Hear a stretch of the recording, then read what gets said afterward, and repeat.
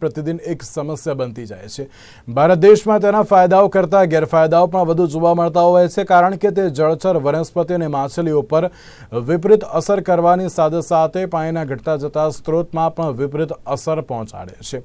સાથે જ વનસ્પતિ જ્યાં પાણી પૂરતા પ્રમાણમાં મળી રહે ત્યાં ઝડપથી ફેલાય છે। નિષ્ણાતોના એક અનુમાન અનુસાર એક છોડ વર્ષ દાડે 1 એકરમાં પણ ફેલાતો હોય છે। આ વનસ્પતિ જીવસૃષ્ટિ માટે કેટલી ફાયદાકારક છે, શું નુકસાન થાય છે તે જાણવા માટે તાપી જિલ્લાના વ્યારા સ્થિત કૃષિ વિજ્ઞાન કેન્દ્રની મુલાકાત લીધી હતી। આ કેન્દ્રના વડા વરિષ્ઠ વૈજ્ઞાનિક ડોક્ટર સીડી પંડ્યાને મળીને જળકુંભી વનસ્પતિ અંગે વિસ્તૃત જાણકારી મેળવી હતી।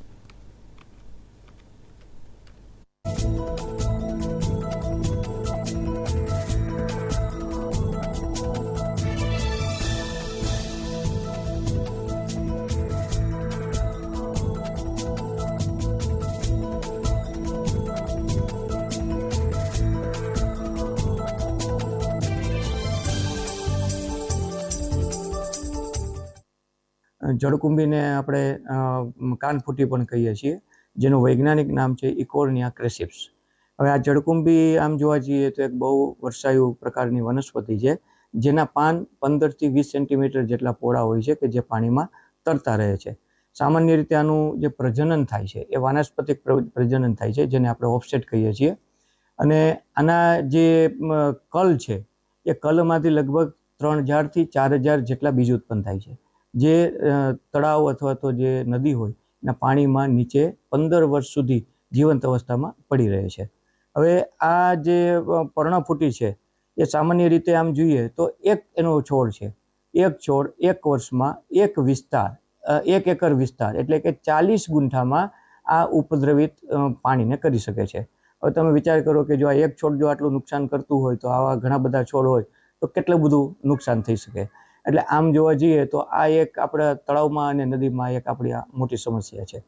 આના ફાયદા વિશે વાત કરું તો આ એન્ટી ફંગલ, એન્ટી બેક્ટેરિયલ અને એન્ટી ઇન્ફ્લેમેટરી તરીકે કામ કરે છે। એટલે જે મેડિસિનલ કંપનીઓ છે એમાં દવા બનાવવા માટે પણ આનો ઉપયોગ થાય છે। સાથે સાથે આ જે આનું મટીરિયલ જે મળે છે એ કમ્પોસ્ટિંગ તરીકે પણ આપણે એને યુઝ કરી શકીએ, એટલે કે આપણે એમાંથી એને ખાતર પણ બનાવી શકીએ છીએ। તો સૌથી પહેલાં તો આમ મોટા વિસ્તારમાં નદીમાં કે તળાવમાં પથરાયેલી હોય એટલે જે એક્વેટિક પ્લાન્ટ છે અને માછલીઓ છે એના માટે આ વિપરીત અસર કરે છે, કારણ કે જ્યારે મોટા પ્રમાણમાં આખા પાણીમાં આ પથરાયેલી હોય તો એવા સંજોગોના અંદર એમાં પાણીમાં ઓગળેલો ઓક્સિજન છે ને આ લઈ લે છે, એટલે અંદર માછલી કે એક્વેટિક પ્લાન્ટ છે એને ઓક્સિજન ઓછો મળે છે અને એના ઉપર વિપરીત અસર થાય છે। સાથે સાથે આપણે બીજી વાત કરીએ તો આના અંદર ઇવોપોટ્રાન્સપિરેશન પણ ખૂબ ઝડપથી થાય છે, એટલે કે પાણી જે છે એ ઝડપથી આપણી નદીમાં કે તળાવમાંથી સુકાઈ જાય છે। એટલે આ એના મોટામાં મોટા 2 ગેરફાયદા હતા।